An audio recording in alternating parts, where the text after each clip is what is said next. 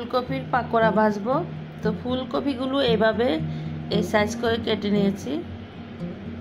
এখানে বড় একটা ফুলকপির অর্ধেকটা নিয়েছি। তো এখানে দিলাম কি বেশি করে মরিচের গুঁড়া দিয়েছি, একটু হলুদের গুঁড়া দিলাম, পরিমাণ মতো লবণ দিয়েছি, জিরার গুঁড়ি দিলাম, চালের গুঁড়া দিয়েছি, তার সাথে ময়দা দিলাম।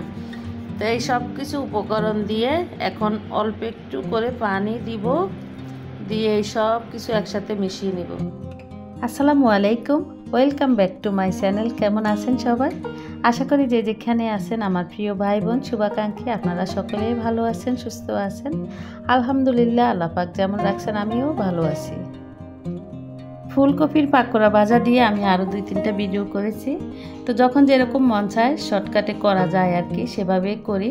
বেশি ঝামেলা না করে সব কিছু একসাথে দিয়ে এভাবে মিশিয়ে নিয়ে তারপর ভেজে নিচ্ছি। আজকে এই ফুলকপিগুলো সিদ্ধও করি নাই, এমনিতেই লবণ গরম পানি দিয়ে ধুয়ে নিয়েছি, এতে হয়ে যাবে। এখানে লবণ আর নর্মাল ঠান্ডা পানি দিয়ে আটা গুলিয়ে নিয়েছি।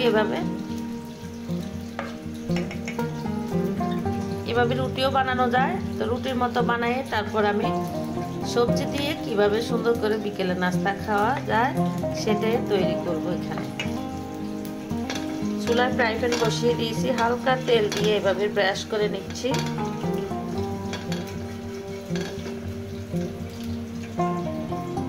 আজকে সকাল থেকে কাজকর্ম যাই করেছি, দুপুরে রান্না বান্না সহ কোনো কিছুই ভিডিও করি নাই। এমনিতে শরীরটা বেশি একটা ভালো না, তার সাথে মনটা খুবই খারাপ। বিভিন্ন কারণে মনটা খুবই খারাপ হয়ে আছে। দোয়া করবেন সবাই আমার জন্য, আমি যেন সুস্থ থাকতে পারি।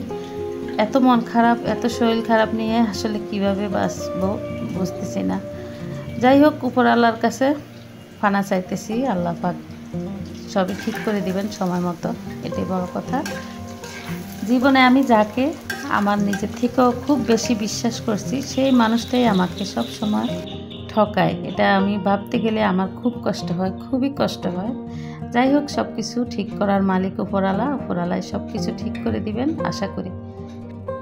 আটার ডো দিয়ে এভাবে একটা রুটির মতো তৈরি করে নিয়েছি। তারপর রুটিটাকে উল্টিয়ে এখানে ক্যাপসিকাম দিয়েছি পাতলা করে কেটে, তারপর এখানে লবণ মিশানো ডিম দিয়ে দিলাম। 2টা ডিম ভেঙে নিয়েছি আর কি, ফেটিয়ে নিয়েছি এভাবে দেওয়ার জন্য। তার উপরে কাঁচামরিচ দিয়েছি একদম পাতলা করে কেটে, পেঁয়াজ কুচি দিয়েছি, তারপর পাতাকপি এভাবে দিয়ে দিলাম। এর উপরে একটু লবণ ছিটিয়ে দিচ্ছি, তারপর সস দিয়ে দিলাম। এই তো খুবই সহজ, শর্টকাটে অনেক মজার নাস্তা হয়ে যাবে এভাবে একটু করে নিলে। তারপর তেল দিয়ে এপিট ওপিট করে ভেজে নিব, তাহলে খুব মজার নাস্তা হয়ে যাবে। এগুলো এভাবে ভেজে গরম গরম খেতে বেশি মজা হয়, ঠান্ডার থেকে গরমটা খেতে বেশি মজা লাগে। তো আমি তো ডিম ফেটিয়ে দিয়েছি এখানে। তো চাইলে এখানে পেঁয়াজ ডিম যেভাবে ভাজি আমরা সেভাবে করেও দেওয়া যায়। তো আমি এখানে একটু ঢাকনা দিয়ে দিব। ঢাকনা দিলে আগুনের তাপে আর কি যে ভাপটা উঠবে, পাতাকপি একটু নরম হয়ে আসবে। তো সব কিছু মিলাই এভাবে সুন্দর করে ভেজে নিয়েছি। দেখেন দেখতে কত লোভনীয় হয়েছে, আর খেতেও অসম্ভব মজার। গরম গরম খেতে বেশি ভালো লাগে। তো একটা হয়ে গেছে, একইভাবে আমি সবগুলো এভাবে বানিয়ে নিব।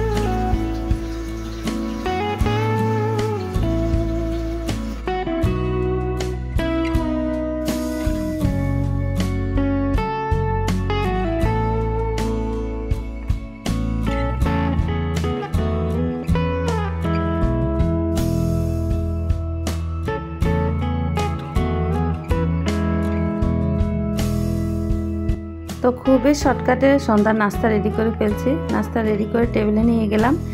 এদিক দিয়ে চা বসিয়ে দিয়েছি, নাস্তা খেতে খেতে এদিক দিয়ে চাও হয়ে যাবে। এখন আমি চুলার আঁচটা কমিয়ে আমার মেয়েকে নিয়ে নাস্তা খেতে বসবো।